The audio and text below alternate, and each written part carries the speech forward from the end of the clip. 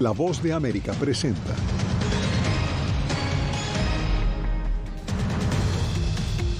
Miles de civiles huyen desde el norte hacia el sur de Gaza para evitar los fuertes combates entre Israel y Hamás.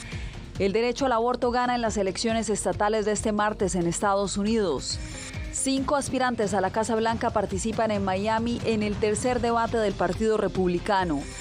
Y se mantiene la posibilidad de una huelga hotelera en Las Vegas pese al acuerdo alcanzado con una de las principales compañías de esa industria.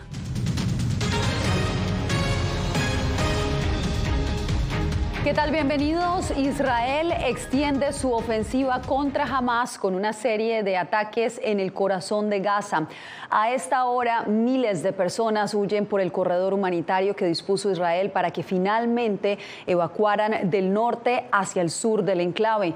Ricardo Marquina nos envía el reporte desde Jerusalén, pero antes advertimos que las imágenes podrían herir susceptibilidades.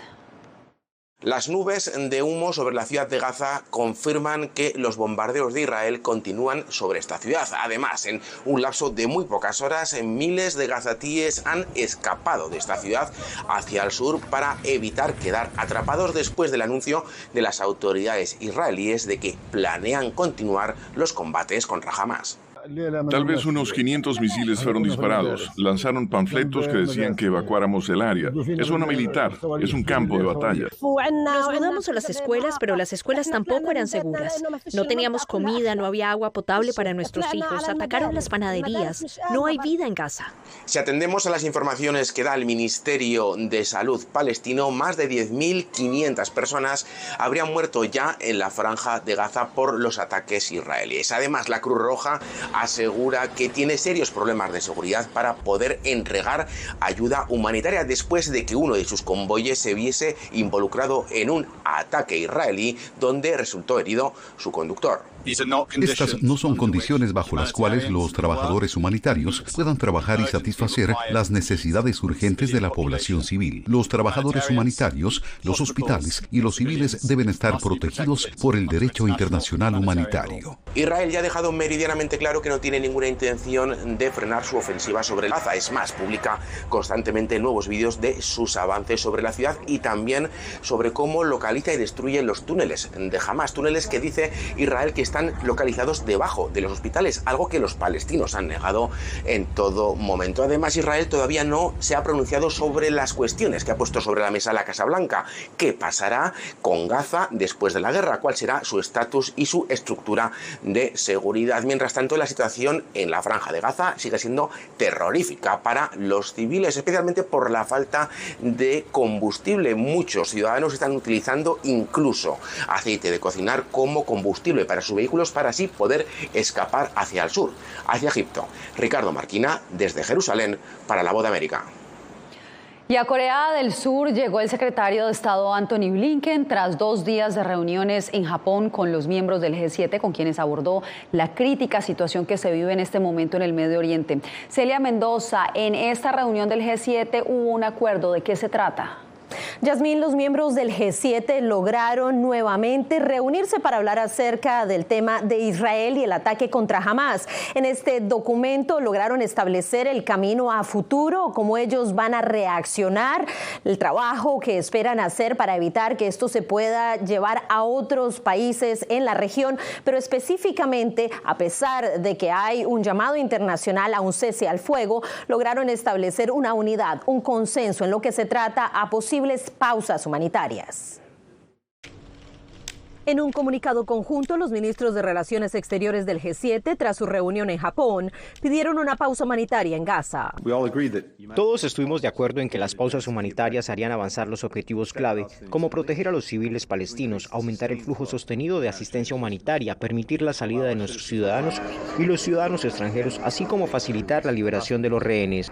El anuncio se dio mientras el alto comisionado para Derechos Humanos de la ONU, Volker Turk, visita el cruce fronterizo de Rafah entre Egipto conflicto y Gaza, donde abogó de manera urgente a favor de las condiciones necesarias para una solución política.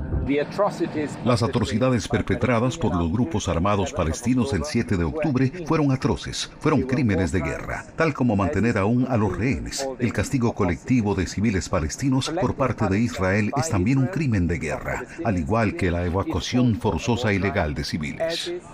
Denuncias que se registran en medio del compromiso del G7 para evitar la expansión del conflicto y servir en un proceso de transición. Hemos acordado que trabajaremos hacia una solución sostenible a largo plazo en Gaza y que una solución de 2 estados es el único camino hacia una paz justa y duradera en la región. Donde, según Blinken, la gobernanza post-conflicto en Gaza debe seguir algunos principios básicos. En primer lugar, Gaza no puede seguir siendo gobernada por Hamás. Eso simplemente invita a una repetición del 7 de octubre y Gaza es utilizada como un lugar desde el cual lanzan ataques terroristas. También está claro que Israel no puede ocupar Gaza. Mientras tanto, en las últimas horas, el ministro de Relaciones Exteriores de Israel aseguró que ellos estaban dispuestos a que en ese proceso de transición se establezca una fuerza de varios países que podría incluir a los Estados Unidos, la Unión Europea y otros países musulmanes, pero al mismo tiempo aceptaron la posibilidad que ya había sido propuesta por el secretario de Estado Blinken durante su visita a Ramallah en Cisjordania, donde le pedía a la autoridad palestina estar involucrada en el proceso de transición. Celia, te agradezco por el reporte y ahora pasamos a información de aquí, de Estados Unidos, porque el derecho al aborto fue el gran ganador en los comicios estatales y locales de este martes. Diva Lizette Cash nos cuenta que ante el protagonismo de este tema, demócratas y republicanos deberán ajustar estrategias de cara a las elecciones presidenciales de acuerdo a los expertos. Las elecciones de este martes dejaron claro que el derecho al aborto es un potente tema electoral en Estados Unidos. Los votantes en Ohio, un estado controlado por el Partido Republicano, aprobaron una enmienda constitucional que garantiza el derecho al aborto y otras formas de salud reproductiva. Las habitantes de Ohio pueden estar tranquilas sabiendo que nunca más se nos negará atención médica oportuna. Desde la Casa Blanca, la vocera del gobierno demócrata del presidente Joe Biden recalcó que Ohio es ahora el 7º estado que rechaza las prohibiciones extremas al aborto. Y desde Kentucky hasta Virginia y Pensilvania, los votantes de esos estados también rechazaron rotundamente las prohibiciones del aborto que ponían en peligro la salud y la vida de las mujeres. En Kentucky, el gobernador demócrata Andy Beshear derrotó a su rival republicano cercano al expresidente Donald Trump, mientras que en Virginia el electorado cercenó la posibilidad de que el gobernador republicano Glenn Youngkin imponga restricciones al aborto, luego de las votaciones que dejaron al Senado estatal en manos demócratas. El vocero del Comité Nacional Republicano dice que será necesario ajustar la estrategia para convencer a más votantes. Obviamente parte de cómo se lleva ese mensaje. Si hemos tenido esos resultados que no son propiamente satisfactorios para quienes creemos en el derecho a la vida, pues tendremos que buscar la manera de cambiar un poco la estrategia para llevar el mensaje de una manera mucho más contundente y mucho más efectiva. Por su parte, desde una perspectiva más liberal, los resultados de estas elecciones reflejan la respuesta del electorado sobre la incomodidad por las prohibiciones a sus derechos fundamentales. Varias cosas que se conectan con el extremismo de los candidatos que están saliendo en el Partido Republicano. Entonces, estamos viendo que no es solo el derecho al aborto, sino también el derecho para votar. Diva Lizette Cash, Voz de América, Washington. La Cámara de Representantes votó a favor de censurar a la única legisladora estadounidense de ancestros palestinos. La representante demócrata Rashida Tlaib fue castigada con una votación bipartidista 234 contra 188, que la señala de tener una retórica antisemita tras el ataque de Hamás a Israel el 7 de octubre. Tlaib defendió su postura diciendo que sus palabras han sido distorsionadas. La Cámara Baja también sopesa censurar al republicano Brian Mast por su retórica, para algunos peligrosa y deshumanizante, sobre los pobladores de Gaza. Pasamos ahora a Nueva York, donde hoy rindió testimonio Ivanka Trump, la hija mayor del expresidente Donald Trump, como parte del juicio civil por fraude contra el consorcio del exmandatario. Ángela González se encuentra en el Tribunal Estatal en Manhattan. Ángela, ¿cómo transcurrió esta audiencia? Yasmín, pues Ivanka Trump hizo su arribo con una hora de anticipación y al comienzo pues se mostraba con respuestas muy amables y que parecía estaba cooperando, pero poco a poco se fue mostrando evasiva y pues se desligó de las transacciones bancarias de su padre. Fue una jornada en realidad calmada a comparación con la que sucedió el lunes cuando fue Donald Trump el que declaró en este tribunal.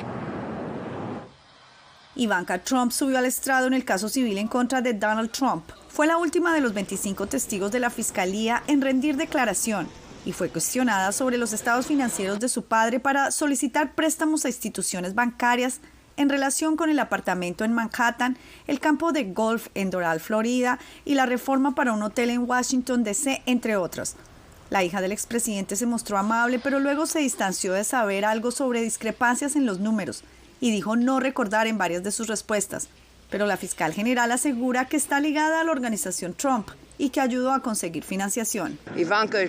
Ivanka Trump consiguió y negoció préstamos para obtener condiciones favorables basándose en declaraciones fraudulentas de situación financiera y hoy intentará distanciarse de la empresa.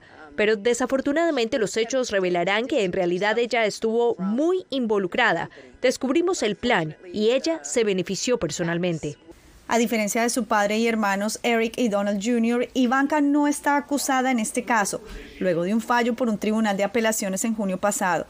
La Fiscalía General alega que los valores de los activos de Donald Trump y su organización fueron inflados de manera fraudulenta durante años para recibir beneficios bancarios y con las aseguradoras, y busca una retribución de $250 millones y prohibirles hacer negocios en la jurisdicción de Nueva York. El juicio deberá concluir en las primeras semanas de diciembre. Donald Trump ya perdió un juicio civil en Nueva York, en el que fue hallado responsable de abuso sexual y difamación a la escritora E. Jean Carroll. Yasmín, y cabe recalcar que este es un juicio sin jurados, por lo que será justamente el juez quien decida cuál es la cantidad que deberá restituir Donald Trump, si es justamente esa cantidad que reclama la fiscal general de $250 millones. Y pues en cuanto a prohibirle hacer negocios a él y a su organización, pues esto será una decisión que depende de un tribunal de apelaciones. Regreso contigo. Pues quedamos atentos. Era Ángela González informando desde Manhattan. Gracias, Ángela. 5 aspirantes a la presidencia de Estados Unidos se encontrarán en el escenario esta noche para el tercer debate republicano. Y nuevamente el gran ausente será el expresidente Donald Trump, quien tendrá su propio mitin a solo metros del lugar del debate. Paula Díaz nos informa. Con menos participantes que en ediciones anteriores, se llevará a cabo esta noche en Miami, Florida, el tercer debate republicano. Los precandidatos que cumplieron con los requisitos del partido son los gobernadores Chris Christie de Nueva Jersey y Ron DeSantis de Florida, la ex embajadora Nikki Haley, el empresario Vivek Ramaswamy y el senador Tim Scott. Se espera que aborden temas como el derecho al aborto, que dominó la jornada electoral de este martes, las guerras en el Medio Oriente y Ucrania y la inmigración. Creemos que este país necesita recibir inmigrantes. Lo que sí creemos es que debemos recibirlos de manera responsable y ordenada, y no abriendo la frontera como esta administración ha decidido hacer para que entre una cantidad prácticamente inmanejable, incontrolable de personas. Representantes del Comité Nacional Demócrata y de la campaña para la reelección del presidente Joe Biden se encuentran en el sur de la Florida y se reunieron con miembros de la comunidad hispana con la meta de asegurar una presencia fuerte en el área. Asimismo, afirman estar preparados para las críticas que surgirán durante el debate. Y mostrar a la agenda que esa agenda que se propone y esa agenda que se ha instalado aquí en la Florida bajo el candidato y gobernador de la Florida, Ron DeSantis, es lo que quieren expandir hacia el país. Y justo eso lo queremos mostrarle, que eso es lo que no queremos para Estados Unidos. Esa agenda extremista, MAGA. Mientras los 5 candidatos debatirán sobre sus propuestas y los problemas del país, el expresidente Donald Trump, que lidera las encuestas de su partido para ganar la nominación, llevará a cabo un mitin de campaña en Hialeah, a escasa distancia del lugar del debate, una ciudad donde el 95% de la población es hispana. Paula Díaz, Voz de América, Washington. Nicaragua y Rusia fortalecen relaciones en defensa. Aseguran que responderán a supuestas amenazas. Quédese, esto y más lo tenemos al volver. Soy Gonzalo Abarca, presentador de La Voz de América. Cada semana, desde nuestro programa Foro, programa de análisis y debate, vamos más allá de la noticia, con los temas de interés que ocurren en Estados Unidos e impactan en toda la región. Desde La Voz de América, tengo el privilegio de moderar debates y confrontar ideas diferentes. Así nuestra audiencia se puede formar su libre opinión y tomar sus decisiones bien informadas. Porque en La Voz de América, la prensa libre importa.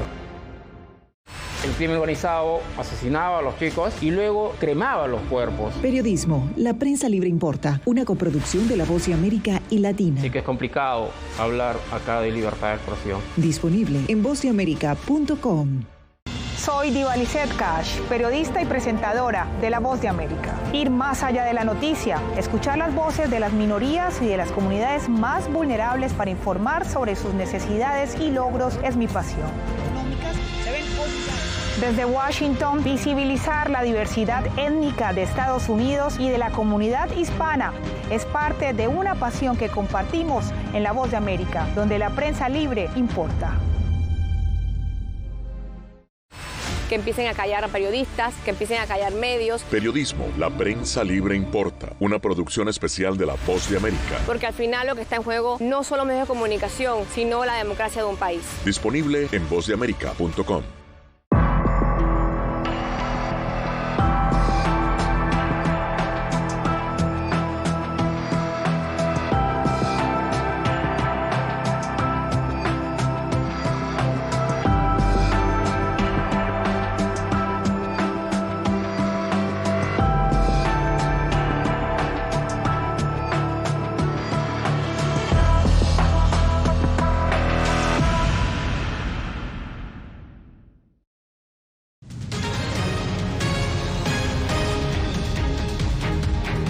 En Las Vegas, el sindicato que representa a trabajadores de la hostelería llegaron a un acuerdo tentativo con uno de los principales patronos, pero persiste la posibilidad de que los empleados de otras dos empresas vayan a huelga. Adriana Arévalo nos informa.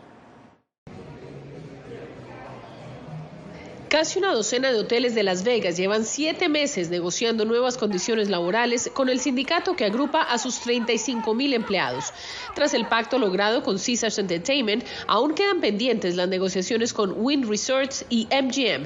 De no lograr un acuerdo, el sindicato se declarará en huelga a partir de este viernes. Hemos estado negociando y ese es nuestro compromiso, seguir presionando con todas nuestras fuerzas para lograr que estas empresas crucen la línea de meta. La meta incluye nuevos contratos por 5 años, incrementos salariales directamente proporcionales a los índices de inflación y la restricción en el uso de robots y sistemas que puedan reemplazar a los empleados que hoy desempeñan ciertas labores en hoteles y casinos, entre otras cosas. De no lograrse esos acuerdos, las consecuencias podrían ser devastadoras para la economía de Nevada. La pérdida por cada día que Las Vegas no produce sería aproximadamente $217 millones por día. Para los turistas, los efectos serían drásticos también. Reservaciones canceladas, establecimientos cerrados por falta de personal y servicios a media marcha en las pocas propiedades abiertas. Estamos dispuestos totalmente a irnos a huelga este 10 a las 5 de la mañana y tenemos la ayuda y el apoyo de nuestras familias para estar en huelga. A menos de 48 horas de la hora límite establecida para el inicio de la huelga, las negociaciones siguen a esta hora con las empresas MGM y Wynn Resorts. Adriana Arévalo, Voz de América, Las Vegas. Las Fuerzas Armadas de Rusia y Nicaragua fortalecerán sus lazos de cooperación alegando supuestas amenazas. Moscú advierte que junto a sus aliados se opondrán a los chantajes de otras naciones contra Nicaragua. El reporte lo tiene Donaldo Hernández. El ministro de Defensa de Rusia, Sergei Shoigu, acusa a Estados Unidos y a los países de la Unión Europea de ejercer presiones sobre Nicaragua por supuestamente no responder a sus intereses geopolíticos.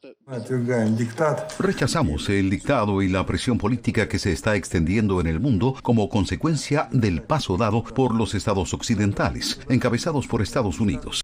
El funcionario ruso sentó su postura en un encuentro que sostuvo en Moscú con el jefe del ejército de Nicaragua, Julio César Vilés. En la reunión se comprometió a denunciar las supuestas coacciones que enfrenta Nicaragua. Por su parte, el ejército de Nicaragua informó en un comunicado los objetivos del acercamiento al Ministerio de Defensa de Rusia. El general del ejército Julio César Áviles Castillo enfatizó la firme voluntad y el compromiso permanente del ejército de Nicaragua de sostener el fortalecimiento de los mecanismos de cooperación para contener los alcances y efectos de las amenazas y riesgos comunes, para coadyuvar a la búsqueda de las mejores condiciones de seguridad global. Sin embargo, el acercamiento de las Fuerzas Armadas nicaragüenses ha despertado críticas de varios analistas. Ortega está en el bando de los rusos, acompañado con información de inteligencia rusa, información de inteligencia que les puede permitir desde Nicaragua crear una plataforma que le cause problemas regionales y en algunos casos políticos a lo interno de Estados Unidos. Estados Unidos no se ha referido a la visita del jefe del ejército de Nicaragua a Rusia. Donaldo Hernández, Voz de América. Al volver, aumenta la tensión entre Venezuela y Guyana. El gobierno de Maduro prepara un referendo sobre el territorio Esequibo.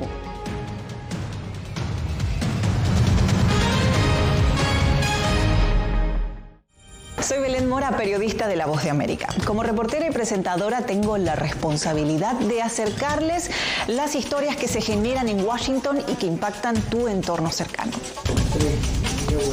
Desde perspectivas diversas en un ambiente informativo en constante evolución que pone a prueba y nos hace poner en la balanza nuestros valores profesionales, te presentamos información veraz, porque en La Voz de América la prensa libre importa. En tiempos de cambios, cuando el mundo parece incierto y lo que escuchamos no refleja lo que vemos, buscamos la verdad. A través de la pantalla de la... Cuando nos cuentan solo una parte de la historia, perdemos la confianza. En momentos de crisis, nuestros sueños, esperanzas y deseos de un mejor mañana dependen de una prensa libre. En La Voz de América te traemos las historias que la gente se arriesga a ver. Conectamos el mundo y lo unimos con la verdad.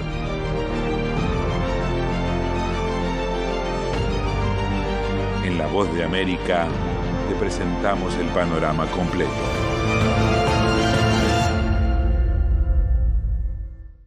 Soy Jacopo Luzzi, reportero de La Voz de América aquí en Washington, D.C. Ya sea informando desde el Capitolio, desde la Casa Blanca, cubriendo el impacto del cambio climático, el impactante tema migratorio, o subir en un avión y cruzar medio mundo para estar en el lugar de la noticia con la información precisa y veraz, este es mi compromiso como periodista. Un compromiso de vida profesional que comparto con ustedes, porque en La Voz de América la prensa libre importa.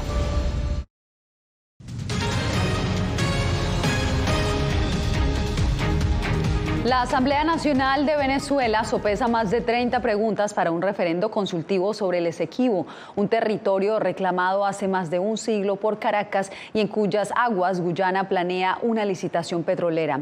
Álvaro Elgarra nos amplía. La propuesta de referendo surgió en medio de una tensión por las licitaciones petroleras hechas por Guyana en áreas marítimas pendientes de delimitación. Venezuela reclama soberanía sobre el Esequibo, un territorio de 160.000 kilómetros cuadrados rico en recursos naturales y minerales. Pero Guyana también lo reclama tras un laudo arbitral de 1899 en París. Aquí en este referéndum no estamos pensando en chavistas, antichavistas, independientes, ni.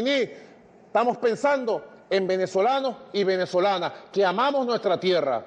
Tras el anuncio sobre las 5 preguntas que tendrá la consulta, el internacionalista José Paiva expresó que el gobierno utilizará ese mecanismo para aprobar el sistema de votación y a su militancia, cuando falta un año aproximadamente para las elecciones presidenciales. Un tema que se ventila a esas instancias, ¿okay? Las negociaciones de ese tipo generalmente son diplomáticas, son secretas. Esto es populismo evidentemente y está dirigido a aceitar la maquinaria electoral del populismo. El abogado constitucionalista Juan Manuel Rafali espera que el referendo sea parte de una estrategia acordada con los abogados que representan a Caracas en el litigio internacional. Yo como veo es que están tratando de motivar a la gente para que vayan y para demostrar capacidad de movilización y para despertar un sentimiento de nacionalismo. El gobierno guyanés alertó que los planes de Venezuela de realizar ese referéndum puede afectar la seguridad del estado de Guyana y por extensión a la región del Caribe. Álvaro Algarra, Voz de América, Caracas. Al volver, se negaron a dejar atrás a los integrantes más pequeños de su familia y hoy nos cuentan su historia desde Chicago.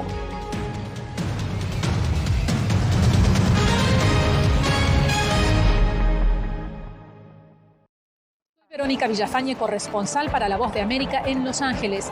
La Voz de América me ha dado el espacio para contar las historias de personas excepcionales y continuar informando sobre las noticias más importantes y relevantes para nuestra audiencia, presentando los hechos de forma imparcial y con fuentes confiables, principios fundamentales del periodismo. Por eso valoro trabajar con La Voz de América, donde la prensa libre importa. Actualidad. Que la inteligencia artificial va a estar presente en nuestro día a día. Intentan sacarse de encima a trabajadores. Análisis. El cambio climático está teniendo muchísimos impactos que afecta siempre a los más vulnerables. La región necesita ayuda. Debate. Proteger a las escuelas con armamentos. Es una total ridiculez, algo inverosímil. Con la información más allá de los titulares. Todas las semanas por La Voz de América. Desde Washington, les saluda Gonzalo Abarca. Soy Claudia Saldaña, corresponsal de La Voz de América en El Salvador. Ejercer el periodismo es un desafío que crece constantemente frente a la complejidad del escenario político de mi país. Presentar todas las voces, todos los ángulos y el contexto nos permite ofrecer a ustedes, nuestras audiencias, un panorama más completo de nuestra realidad. La imparcialidad está en el ADN de la VOA y me siento orgullosa de ser parte de este gran equipo de profesionales que demostramos cada día por qué la prensa libre importa.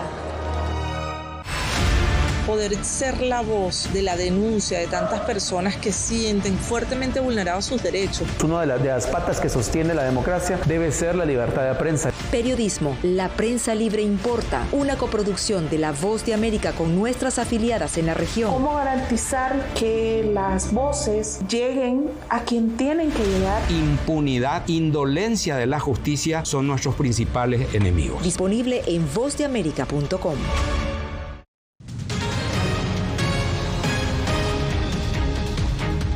A Chicago llegó una familia de inmigrantes en busca de asilo con sus mascotas.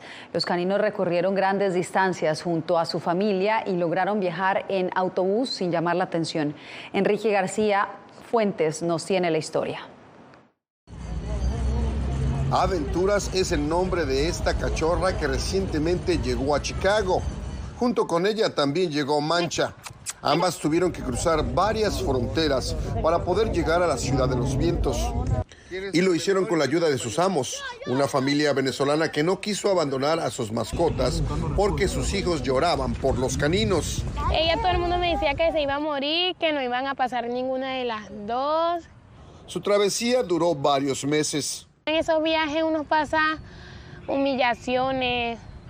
Uno a veces se acuesta sin comer. Antes de emigrar a Estados Unidos, la familia ya vivía en Perú. En ese entonces ya tenían a Mancha. Aventuras se unió a la familia en Panamá al cruzar la selva del Darién. Y para poder pasarla de allá hasta aquí, hasta Chicago, la hacían pasar por bebés. La enrollamos en la sábana y... Al viajar en autobús, entrenaron a las perras para no hacer ruido. Ni ladraba. Hasta que uno no se bajaba del bus, no hacía pupú ni orinaba. La familia me dice que Aventuras nació en Panamá y tiene 3 meses de nacida. Por su parte, Mancha nació en donde, en Perú. Mancha nació en Perú y tiene 9 meses. Nació en Perú y tiene 9 meses de edad. Al llegar a la frontera sur de Estados Unidos, específicamente el área de Ciudad Juárez, El Paso, la mamá adoptiva de Mancha pensó que serían separadas para siempre de sus perritas y explica qué le dijeron agentes fronterizos al momento de solicitar asilo en Estados Unidos. No se pasan perros porque no había refugio para ellos y si la pasaban, ellos nos dijeron, decídense la perra ustedes. Se separaron, pero a pesar de todo, encontraron la forma de reunificarse. Están aquí en Chicago, gracias a Dios. Enrique García Fuentes, Voz de América, Chicago. Lo sabíamos, pero hoy ya es una realidad. Los pandas gigantes se despidieron de la capital estadounidense. Meishong, Qianqian y Xiao Qijin salieron este miércoles del Zoológico Nacional de Washington, D.C. para regresar a China. Hasta ayer, multitudes se reunieron en el que fue su hogar durante años para tener la oportunidad de despedirse de los atractivos principales de este zoológico, que además les celebró una fiesta de despedida. Los dejo con las imágenes. Soy Yasmín López y nos vemos nuevamente mañana. Gracias por conectarse con nosotros.